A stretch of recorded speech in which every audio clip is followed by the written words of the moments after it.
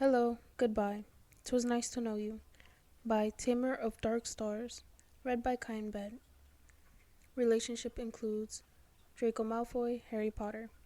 Additional tags include soulmate identifying marks, soulmate AU, fluff, Hogwarts 8th year. Summary. Draco Malfoy thinks he might know whose thoughts are scrawling themselves on his skin. But that's crazy. Impossible even. It has to be a mistake. Or self-indulgent soulmate AU, where the thoughts of your soulmate inscribe themselves on your skin in a shifting magic tattoo. The stone wall is damp against his back, the coolness bleeding through his robes, but Draco's barely paying it any attention because Potter's got his fist in the front of his shirt and a knee between his legs, breath hot against the dip of his throat, and his brain is spinning 1,000 different directions at once. Do you have any idea? Potter growls into his collarbone. How bloody attractive you are. How I can't stop looking at you. Draco's hand comes up to grab at Potter's shoulder, fingers fumbling in his robes to grip, to find something to stabilize himself, because if he doesn't, he's going to be swept away. Potter mouths at his throat, lips dry against his skin, and Draco keens softly, choking on his air. And it's everything. It's perfect. It's got his heart in his throat and his stomach in knots, and Draco can't get enough. He wants to stay here, in the semi-darkness of a dungeon doorway, pressed against the wall forever, because Potter's against him, pressed against his chest, with his fingers in his clothes and his hair, and something heavy thuds into the pit of his stomach, and for an instant, Draco can't breathe. The wall at his back is soft and warm instead of cool and hard, and there's familiar, amused laughter somewhere off to his right. Fuck off, Blaze. Draco groans, reaching up and brushing sweaty bangs out of his eyes. Love you too, darling. Come here and let me help you out of those sticky pajamas. Draco flips him off and flings his blankets away, shoving the dream firmly out of his mind. Thankfully, years of practice have made Draco extremely good at pretending he's not wildly attracted to Harry Potter. He passes Blaze with barely a flicker of a glare and heads for the bathroom. His reflection in the mirror is pale and irritated as he washes his hands, rolling his sleeves up to his elbows. Black ink catches his eye and he can't help the little glance downwards he gives his forearm. One forearm is stained with something that will never move again. His other forearm hasn't stopped moving since he made the decision to go back to school for his final year. Draco shakes his sleeve down over the still, silent dark mark, letting the familiar ache of guilt and embarrassment twist his stomach and stifle his breath, and instead focuses on his scroll. It's curled itself down his other forearm, exactly opposite where Voldemort carved the dark mark, and his soulmate's words are a messy, cramped scribble he has to turn his arm horizontal to read properly. Wonder if he's okay. Draco frowns. His words for years have been insults, sarcastic little barbs that honestly Draco might have appreciated were they not directed at him, day after day, taunting him from his own skin. Now this, vaguely worried, almost kind words hesitant to pen themselves on his skin. He'd been convinced his soulmate was a Slytherin for ages, but Draco had managed to systematically weed out every single person in his house over the course of his time at Hogwarts. He'd been turning his attention to the other houses, maybe a particularly grumpy Ravenclaw, before 6th year. His scrawl hadn't changed for nearly the entire year he spent in Voldemort's service. He sat alone in his room in Malfoy Manor, feeling his head spin and his stomach churn and his left arm sting, and stared at his scrawl. Death Eater. 2 words, 2 black accusatory words that squeezed Draco's chest and made his eyes sting with unshed regret even as they faded away with every passing day. He'd let everything get so out of hand so quickly that even if he met the invisible hand that sketched its thoughts on his forearm, there was no way they'd want to meet him back. Then, the Snatchers had dragged Harry Potter into his living room. Then Draco had knelt before a boy that he would have recognized through 1,000 stinging hexes, and stared straight into his face and lied to his father and his mother and his aunt. Then Draco had let go of his wand without a fight, and watched the last remaining hope of the wizarding world apparate out of his living room. And Draco's arm had changed. One single word. Why? And Draco's world had frozen on its axis. A fist pounding on the bathroom door snaps Draco out of his reverie, and he shakes his head, yanking down his sleeve over his scroll. What? He snaps over his shoulder, and checks his reflection in the mirror again. Are we going to breakfast, or are you going to snog your reflection all day? Blaze sounds grumpy, and Draco realizes he's been standing there for far longer than usual. Fine. He swipes a hand through his hair and decides that it's behaving well enough to stay out of the hair gel for today. They head downstairs and into the Great Hall for breakfast fairly late. Most of the other tables have cleared off except for pockets of students here and there, chattering and dragging their feet on their way to the first classes of the day. Draco's eyes hit the Gryffindor table almost immediately, and he sort of hates himself because Potter's there, sitting across from Finnegan and Thomas and slathering jam onto the bit of toast. He's scratching absent-mindedly at his forearm before he realizes what he's doing, and Draco drops his arm so fast that Blaze raises an eyebrow. The fuck's wrong with you then? Blaze asks as they settle in next to Theo and Greg. Draco ignores him and lunges for the juice, nearly upsetting the butter in the process. Nothing, he mutters, checking to see if his sleeve dragged through the butter dish. What's wrong with who then? Theo asks, mouth crammed full of toast, and Blaze jerks his head at Draco. Draco here woke up on the wrong side of the bed. Shame too, 'cause his dreams sounded delightful. Draco kicks him under the table as his gaze is unwillingly dragged towards the Gryffindor table again. Finnegan is battling Thomas's hands away from his toast. Married, those two. It's almost sickening. Potter's leaning forward, asking them something with that stupid, earnest expression on his face. His hair is a disaster, sticking up in crazy tufts like invisible fingers had spent the evening raking their way through it, maybe while some invisible lips mouthed along the curve of his collarbone. Draco feels heat prickle up the back of his neck, and he tips back half his goblet of juice as he tries to drag his thoughts away from late nights and the curve of Potter's neck. Pathetic, Malfoy. Pathetic. Potter is rolling his eyes now, reaching for his collar, and bloody hell, yanking down his shirt where Draco chokes on his juice. Potter's scrawl, too far away to see properly, is etched right over his heart.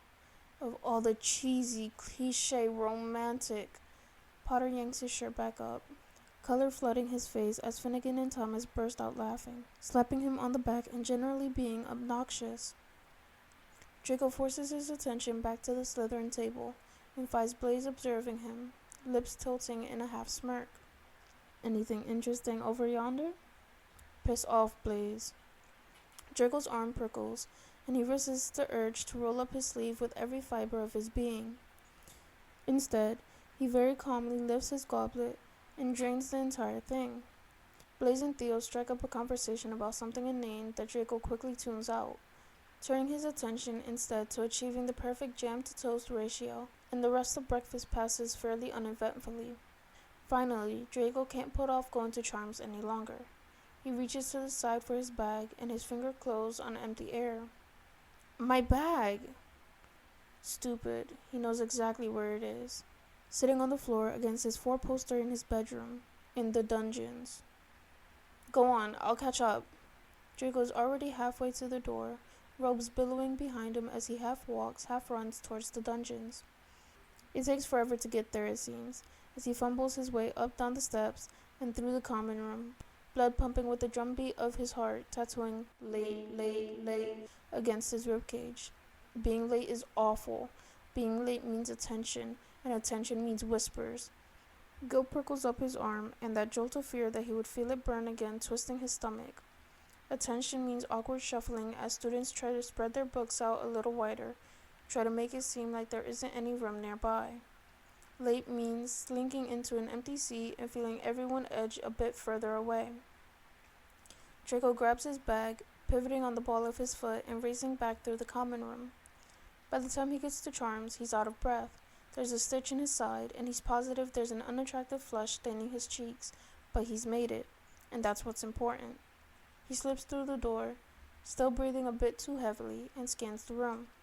Most of the seats are full, students chatting aimlessly, shuffling around in their seats and organizing quills and parchment and achievements in charms. There's one empty seat. Draco feels all the blood drain from his face. Of fucking course. Still, he's a Malfoy.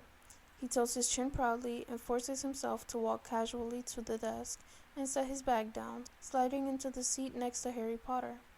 Potter drops his quill in surprise, and Draco very calmly begins removing things from his bag. Malfoy. Potter's voice is quiet, faintly surprised, but without a trace of disgust Draco's come to expect. Potter. Draco murmurs back, eyes on his bag. Anything else they might say is interrupted by Professor Flitwick, who begins the lesson with a quick history of the spell they're to practice that turns out to be not quite as quick as promised. The spell is a silly blindfold charm that takes a lot more underlying control than originally appears. One wrong flick and you could blind your partner. Apparently, it used to cause more than a little chaos. Draco glances at Harry's parchment. Potter's notes have faded into doodles, little snitches up and down the margins of his page. The handwriting is clear and unmistakable, as if he had any doubt. Draco scratches at his arm as his stomach tightens, guilt sitting heavy in his throat, like he swallowed a lump of coal. Harry Potter's thoughts are inscribing themselves onto his arm. Logically, that should mean that the smudge Draco had glimpsed over Harry's heart in the Great Hall should be his own perfect cursive. Draco's fingers clench his quill as Flitwick drones on up front about feeling the charm in your soul or something. It's stupid. He knows it is.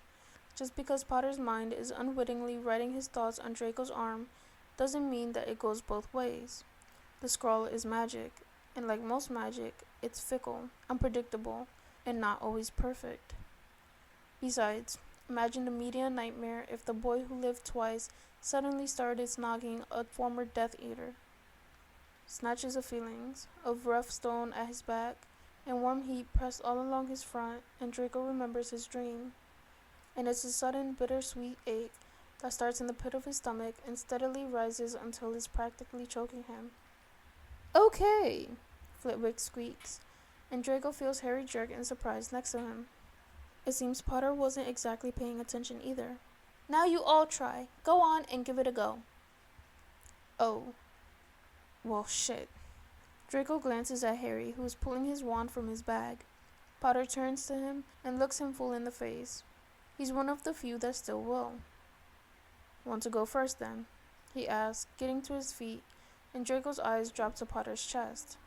You're going to let me point a wand at you? He asks in return, shoving his chair back, and Potter snorts. Actually snorts. The git.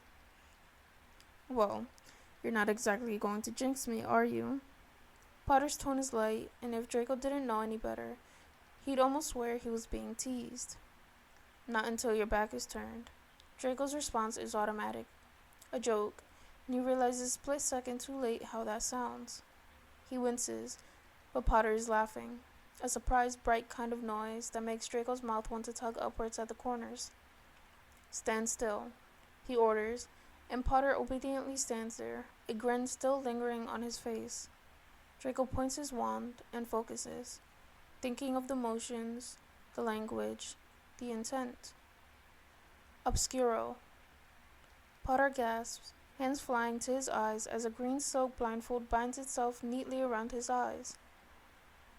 Did it work? Of course it worked, Draco scoffs, and Potter snickers. You sound so offended. Well, you're doubting my charming ability. That's just cause for offense. Oh, and Potter's grinning now, almost lazy in his stance, even with the blindfold wound around his eyes. I've never doubted your charm, Malfoy. Draco is momentarily stunned into silence.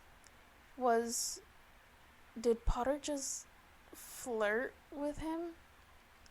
Harry's grin flickers into something a little smaller and a lot more awkward, and after a moment he reaches up to fumble at the blindfold.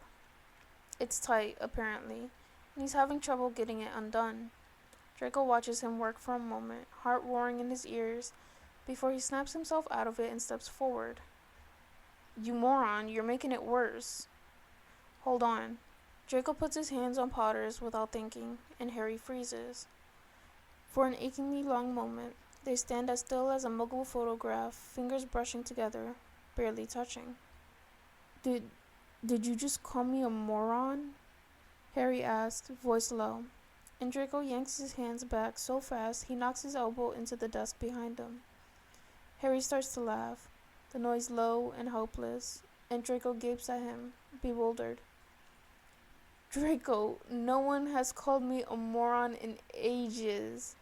Harry is grinning, and it's all Draco needs to step forward and hook a finger under the blindfold, tugging it up and off Potter's face.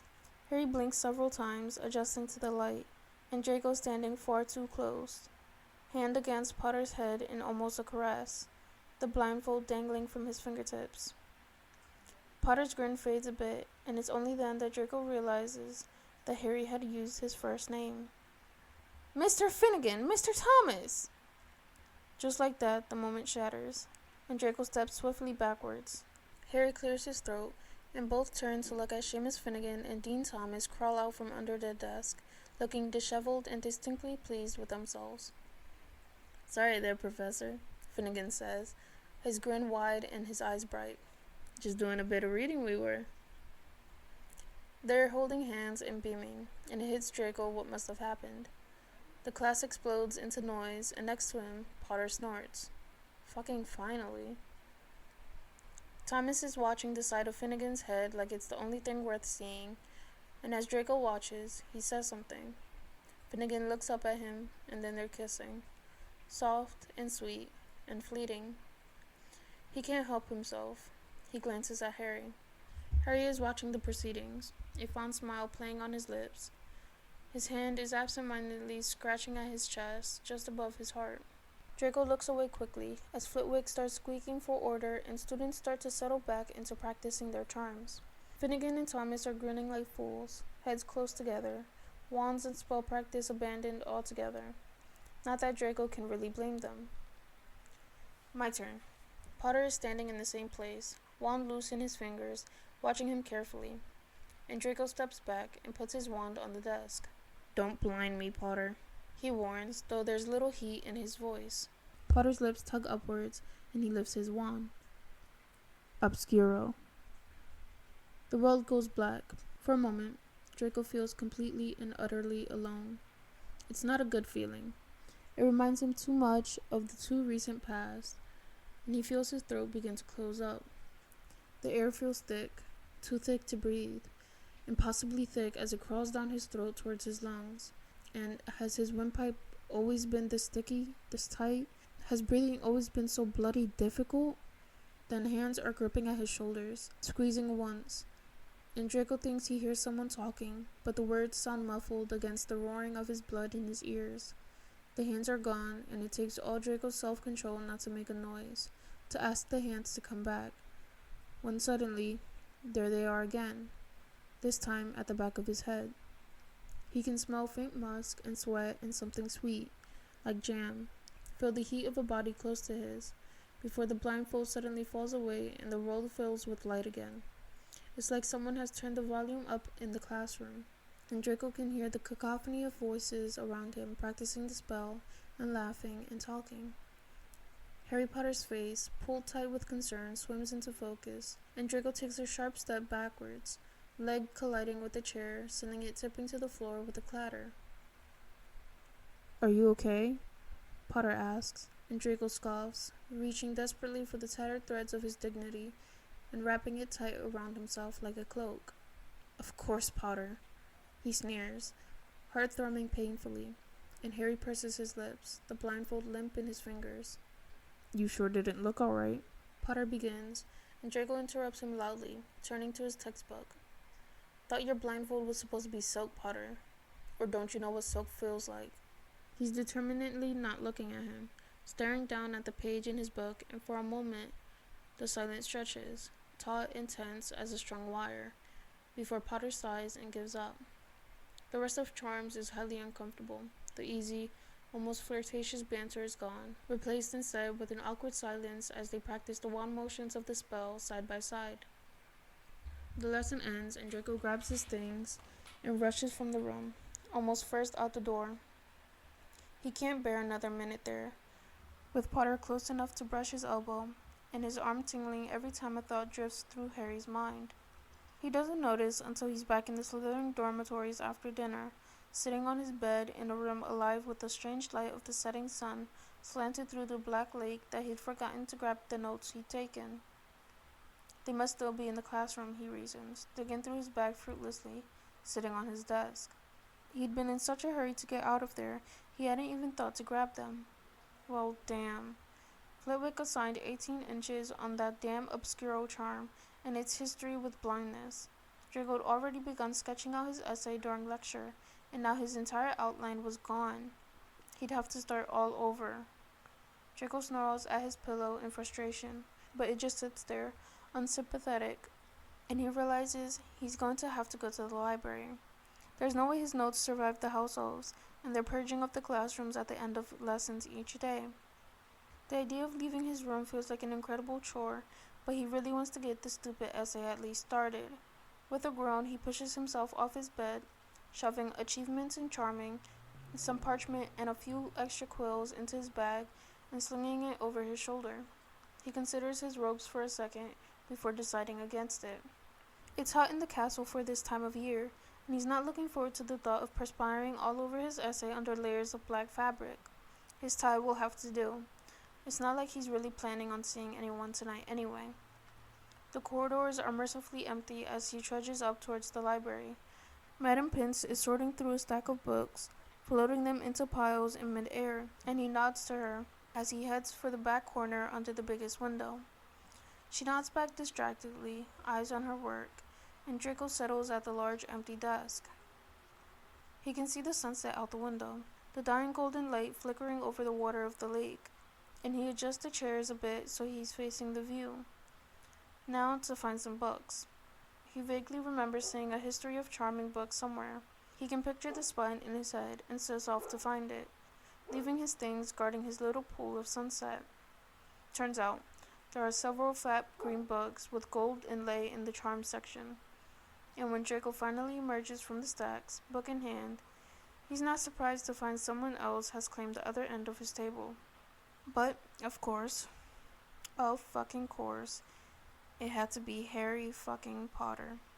The boy who lived twice hasn't noticed him yet, too enraptured in whatever he's scribbling, and Draco takes a moment, just a single, achingly guilty moment, to look at him, to just take in the way the sunlight is ringing his hair with orange, the way the tip of his tongue is just peeking out between his lips as he concentrates, the way his glasses slide down towards the tip of his nose. He's rumpled and clumsy and brilliant and fierce, and Draco just can't help but love him. As though he's heard Draco's thoughts, Potter looks up and their eyes meet.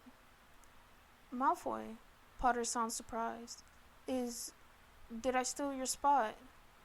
Is not at all the question Draco expects, and he shrugs, striding forward to his chair. Not like I own this corner of the library, Potter. Harry snorts, looking back down at his parchment, and Draco sits. They're not quite opposite each other, but the table's not that big either, and with all their parchment and books, they're essentially taking up all the space. Draco's arm itches. He's not sure how he's supposed to get any work done now, but he can't just up and leave either, not when he's clearly set up his things with plans to work. So Draco decides to just bloody get on with it, and ignore Potter the best he can. Which, turns out, is not very well. Every scratch of Potter's quill sounds impossibly loud, and the words in his History of Charming book are complicated and slippery, difficult to focus on for more than seconds at a time. Finally, he yanks his parchment towards himself, determined to get something written for this essay, damn it, and jabs his quill in his inkpot. He's got maybe a sentence and a half down. The stereotype of the blind sorcerer can be dated back to the early 1300s when Yannick the Deranged attempted to, when Potter's quill snaps. Draco looks up and finds Harry staring sideways at him. Or, rather, down at his parchment. Draco looks down at the essay, then back up at Harry, who has closed his fingers so tightly on his broken quill, his knuckles are white. "What's wrong with you, then?" Draco asks suspiciously, and Potter's head jerks up like he's forgotten Draco was even there. "You..." Potter appears to have forgotten how to talk. Draco scratches at his arm absent-mindedly when Potter suddenly snaps forward, snatching his parchment from under his nose. "Oi!" Draco grabs for it, but Harry's leaned out of reach. "Write your own bloody essay, Potter." But Potter's leaning backwards in his chair, letting the parchment fall to the table, and he's laughing, low and helpless, and Draco feels like he's missed something incredibly important. "What the fuck?" he begins, but Potter interrupts him. "Draco Malfoy." And that's all. Just his name. He's heard his name 1,000 times, but never said like this. Not on Potter's lips, spoken in such a low murmur as though it's spun of gold. What the blinking fuck is going on here? Potter's index finger is tapping the parchment, over where Draco's calligraphy has curled around the name Yannick, and in a rush, Draco suddenly gets it. Potter wasn't trying to steal his essay. Potter was looking at his handwriting. Draco swallows, hard, and chances a glance at Potter's face. Harry is looking back at him, and for a long moment, they just sit there, examining each other, both poised on the edge of a conversation that's been years in the making. "That day," Harry says, breaking the silence, "back at the manor, you lied. You knew it was me." Draco's heart throbs once in his throat, and he wonders if it's too late to flee. "Obviously," he croaks, and Harry takes a breath. "Why?" And Draco pictures his arm, and the little black letters that, months before, had asked him the very same question as he sat alone in his room, staring at his arms and feeling like the world was collapsing in on him. He wonders now if his answer then was the same as his answer now. Very slowly, he reaches for his sleeve and rolls it up. Harry gasps, softly, like he can't help himself, and the dark mark stares up from between them, permanently motionless, on Draco's pale forearm. "This froze months ago," Draco whispers. Slowly, Harry reaches forward and touches the mark with the tip of his fingers, and a shiver shoots up Draco's spine. He's shaking, he realizes, and he jerks his arm out from under Harry's fingers, before he can talk himself out of what he's about to do. He turns his other arm over, and slowly begins to work his other sleeves up towards his elbow. It takes a second, once his arm is bare, to screw up the courage to look down. "It's him. I knew it. It's him. It's him. It's him." Harry lets out a long breath, and Draco laughs, more of a half-hearted wheeze than an actual noise.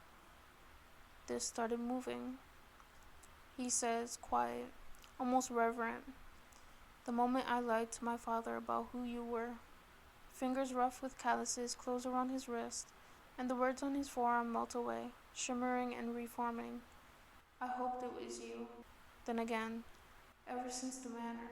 Faster now. "Not a killer. Could tell you were scared. Wanted to help. Didn't know how. So glad. Think I love you." Draco chokes on his air, and Harry's fingers tightened around his wrist, gripping almost painfully hard. And when Draco looks up, Harry Potter's looking at him like he's the only thing worth looking at.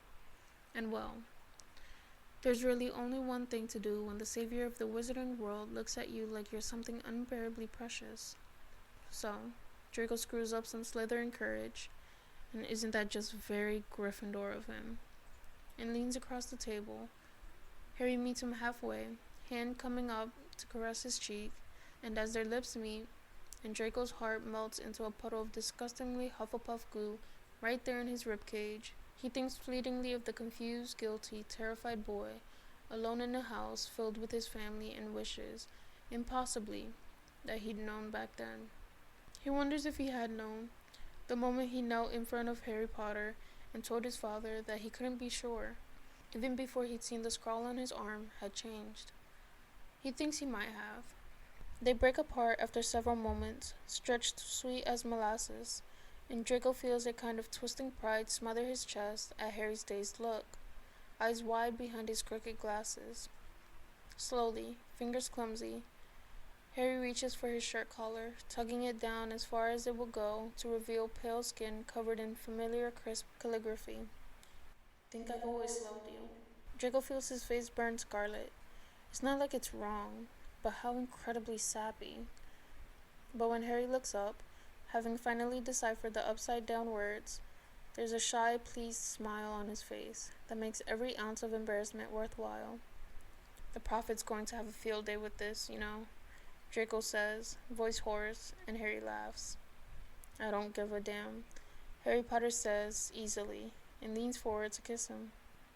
You have just finished listening to Hello, Goodbye, 'Twas Nice to Know You, by Tamer of Dark Stars.